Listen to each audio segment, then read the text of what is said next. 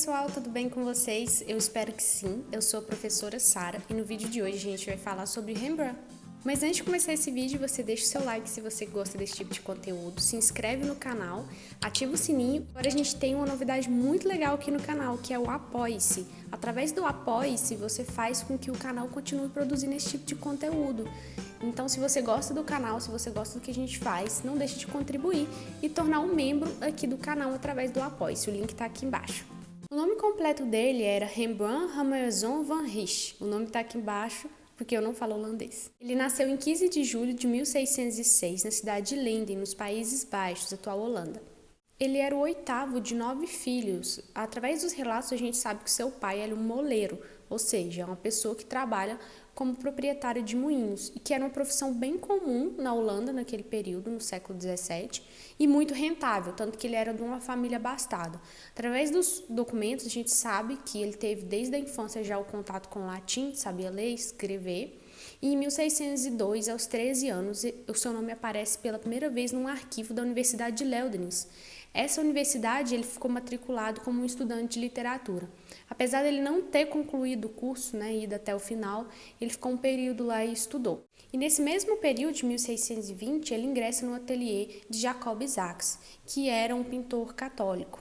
E em 1624, ele se transfere para Amsterdã, que naquele tempo era o polo central ali dos Países Baixos, era o lugar onde estava com a maior efervescência econômica, cultural, mas eu vou falar um pouco mais sobre isso. E ele trabalha no ateliê de Piet Latman. Vocês vão perceber que a história da vida dele é bem conturbada e ele acaba nunca se fixando no mesmo ateliê ou no mesmo casamento. E aí a gente vai comentar um pouco mais sobre isso. Esse pintor que eu acabei de citar, o Piet Latman, ele era famoso por trabalhar com cenas bíblicas e chegou até a morar na Itália durante um período de 10 anos e ter contato com pintores como Caravaggio. É importante a gente compreender isso, essas raízes, o que a pessoa estudou, de onde ela vem, porque o Caravaggio, por exemplo, é um pintor que vai influenciar na técnica do Rembrandt, como a gente vai falar um pouco mais sobre isso. Em 1624, ele também, nesse mesmo ano que ele estava com aquele outro professor que eu acabei de falar, nesse mesmo ano ele acaba indo trabalhar também com Jacob Pinas. E em 1624 ainda, ele abre pela primeira vez o seu ateliê, que ficou bastante conhecido ali na Holanda por atender uma gama enorme de outros pintores. Tanto que até hoje a gente não consegue listar todos os pintores que trabalharam, que tiveram um contato com ele de aprendiz. Mas a gente sabe que o Rembrandt ficou conhecido como não só o pintor mais famoso do período, o século de ouro da Holanda, mas também por ser o pai desses todos os pintores importantes que vieram depois dele. Em 1634, ele se casa com Saskia. Eles ficam casados por um pouco período de tempo, porque ela vem a falecer aos 30 anos de tuberculose. Conta-se os relatos que eles tiveram 3 filhos, todos morrendo aí bem na infância. Alguns dizem que já nasceram mortos, outros que duraram um curto período de tempo. Mas desse matrimônio acabou sobrando um filho que morreu bem jovem também de peste bubônica. Como eu disse, ela falece muito cedo aos seus 30 anos. E era muito comum que quando uma esposa venha a falecer muito cedo e vice-versa, a pessoa contraísse um matrimônio de novo. Para a mulher não era muito interessante, porque normalmente os casamentos eram contratos sociais. Então ela ficava ali às vezes com a pensão do falecido, então ela ficava solteira, viúva o resto da vida. Para o homem era interessante. Mas a questão é que no caso dele, conta-se os relatos que ele tinha um amante quando ela estava no período aí da sua doença, já no final da sua vida, e que essa amante, ele manteve uma relação com ela durante 6 anos, ou seja, a esposa dele faleceu e ele continuou tendo ela como uma companheira.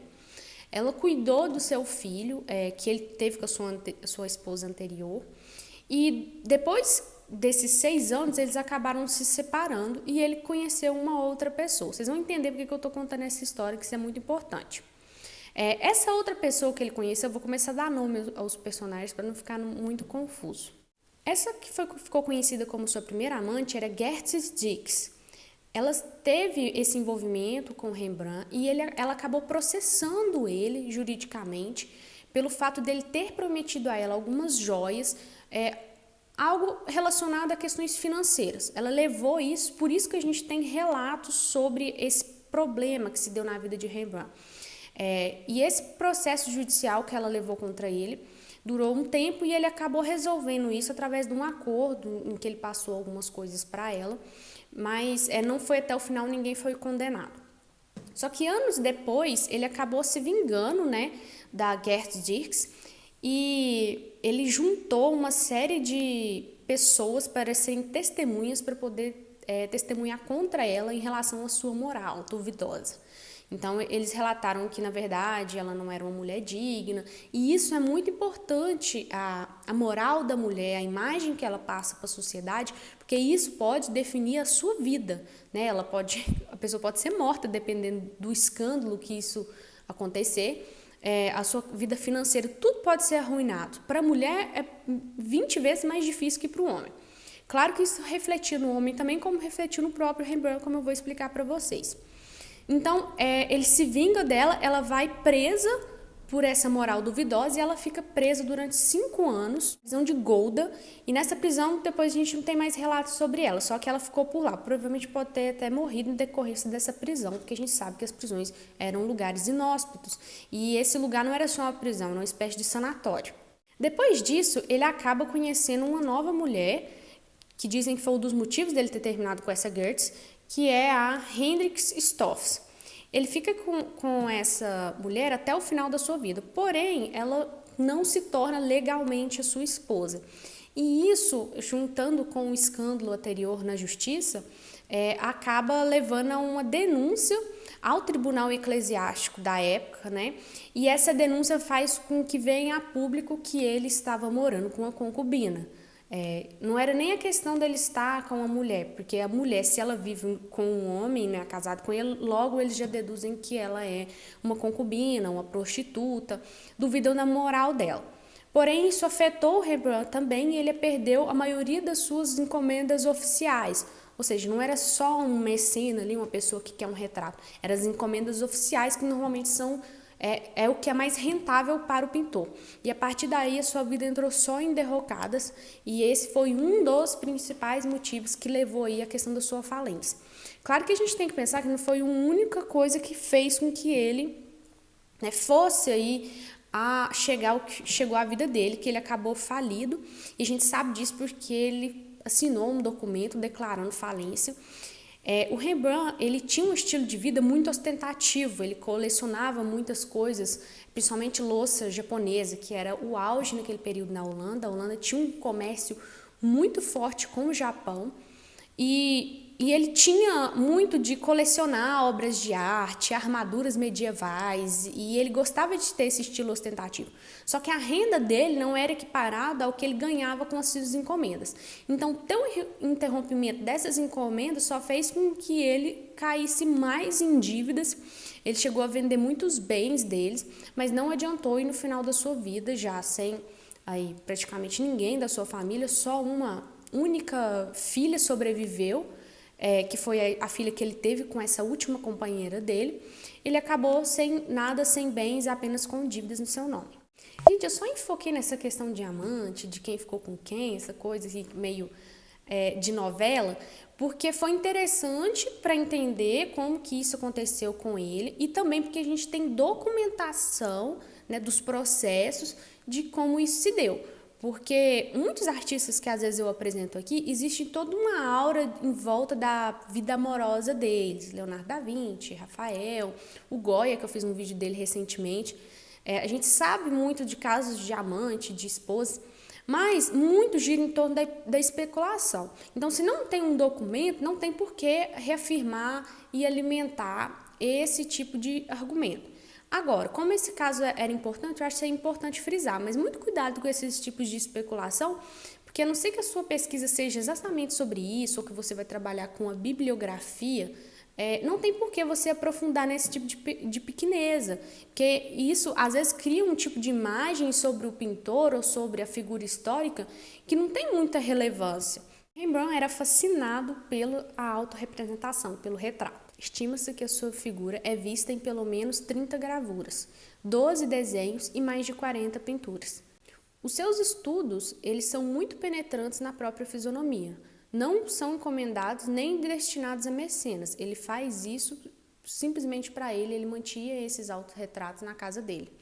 E pesquisando sobre os hábitos culturais da Holanda, eu acabei descobrindo que, na verdade, o retrato era algo muito procurado até pelas pessoas comuns que tinham renda para poder pagar um artista, né? Porque a gente tem que pensar que primeiro é a subsistência e depois esses tipos de adornos. Então, a pessoa que tinha uma condição financeira, ela buscava muito os autorretratos.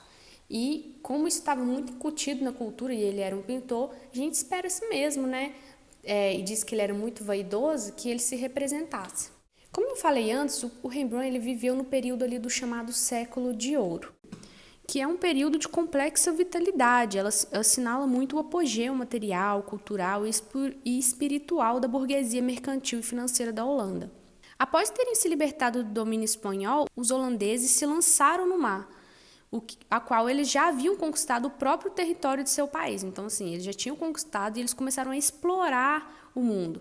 E aí eles começaram a explorar o comércio, estabeleceram um vasto império ultramarino que incluía a Indonésia, o Suriname, Ilhas do Caribe, África do Sul e, durante algum tempo, até grande parte do Nordeste brasileiro. Essa extraordinária acumulação de riqueza foi realizada por uma burguesia que era empreendedora e era muito importante. E nunca antes um povo negociara tanto e consumira tão pouco. Então, eles começaram a estabelecer várias conexões para fora, não só na Europa, como eu disse, né? Eles começaram a desbravar o mundo para poder estabelecer essas linhas comerciais tão importantes. E essa enorme riqueza que eles adquiriram com essa venda, com esse contato com o mundo, acabou transformando o país e fazendo dele a região mais desenvolvida da Europa ali no seu período, no século XVII. Cidades magníficas, como por exemplo Amsterdã, que era o centro do comércio e das finanças mundiais, se transformou ali em residências confortáveis, manufaturas que pronunciavam a revolução industrial e uma eficiente rede de comunicação com outras capitais europeias. Fortes guildas, universidades que reuniam os maiores sábios de sua época. Segundo os estudiosos, a pintura de Rembrandt ela se divide em duas fases bastante distintas. A primeira fase é uma fase que dá para ver aí a influência que ele teve de Caravaggio, através daquele instrutor que eu falei, o Piet Latman, que ficou em Roma durante 10 anos. A técnica que ele mostra dá um contraste muito grande com a iluminação da tela, que confere grande dramaticidade às pinturas que tinham uma temática bíblica ou mitológica. A movimentação dos personagens retratados também era muito carregada de expressão intensa, o que colaborava mais ainda na dramaticidade da cena. As pinturas eram menores, mas riquíssimas em detalhes, como vestimenta, joalheria. A segunda fase de Rembrandt começa por volta de 1640, onde ele utiliza maior profusão da monocromia, né, ou seja, uma única cor, em tons dourados, que também mostra essa influência aí de Caravaggio.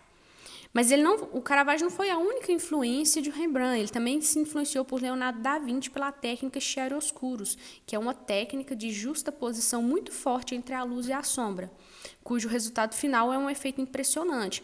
Tanto que hoje, se você fala de Rembrandt, a primeira coisa que você pensa é que ele é o pai da luz, né?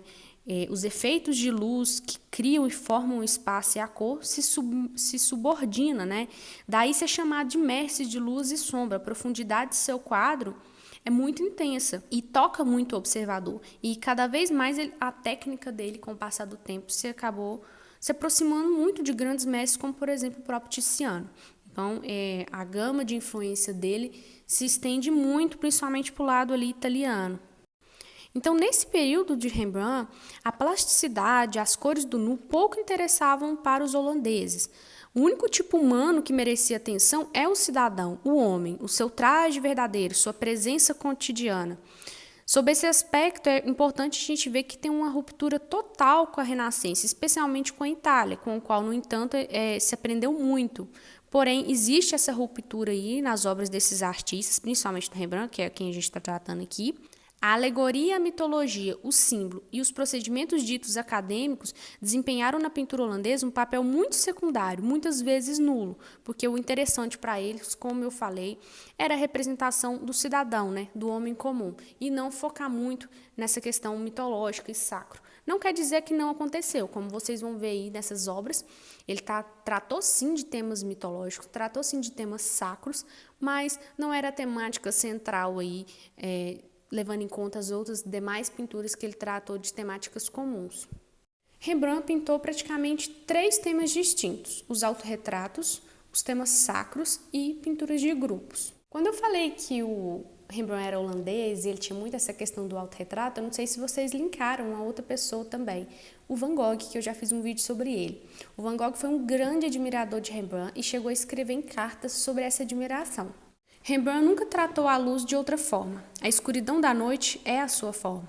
A sombra é a forma habitual da sua poética e o seu meio natural de expressão dramática. Nos retratos, nos interiores, nas lendas, nos episódios curiosos, nas paisagens, nas gravuras como na pintura, é com a noite que Rembrandt cria a luz. É interessante a gente pensar nessa citação porque o próprio Vincent fez muitos autorretratos sobre ele e também se influenciou pela questão do Rembrandt tratar muito diferente a questão da pintura, no sentido de trazer um pouco a temática do povo, do cotidiano, e isso era algo que foi muito criticado nos artistas, principalmente nos impressionistas, o próprio Vincent, né, os pós-impressionistas, porque as pessoas ainda tinham que a pintura tinha que se retratar temáticas oficiais, temáticas históricas, mitológicas, sacras, e retratar a vida cotidiana não era comum, porque achava-se que ela não tinha uma importância suficiente para ser pintada.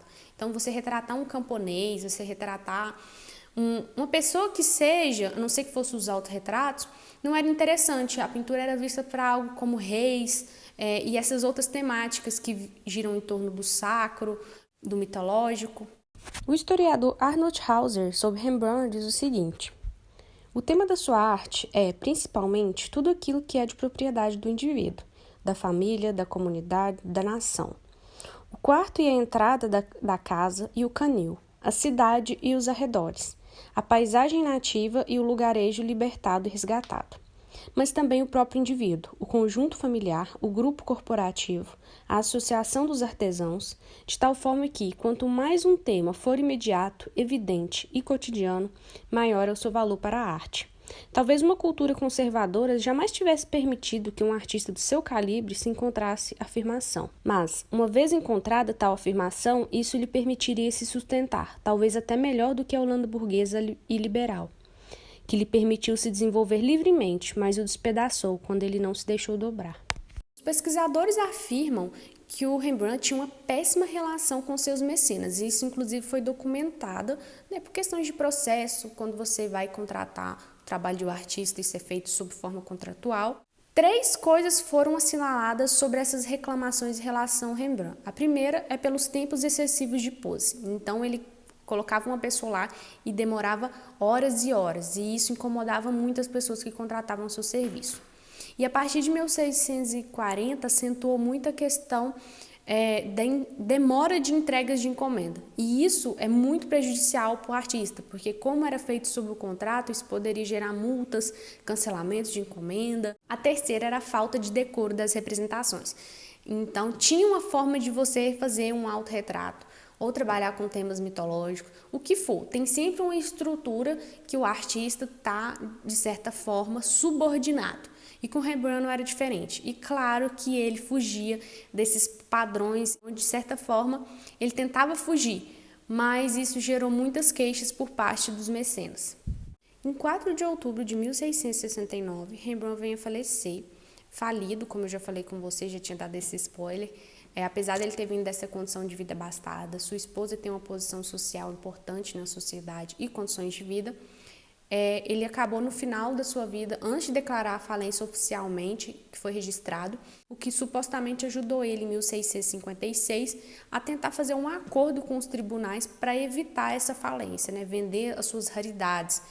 Porém, isso não adiantou, ele declarou falência do mesmo jeito. Um dos seus últimos retratos tem muitas interpretações psicológicas em relação à sua tristeza, porque o seu filho e a sua esposa morre aí de peste bubônica, e ele acaba ficando sozinho e depois vem a falecer, como eu falei, em 1669, sobrando apenas uma única filha desse terceiro casamento dele. E agora um pouco de curiosidades. Hoje existe um museu do Rembrandt que fica na Holanda, e esse museu, ele morou nessa casa, foi a casa dele durante 1639 até 1660. Você consegue ir lá e ver não só pinturas dele, mas alguns objetos pessoais que estavam na casa.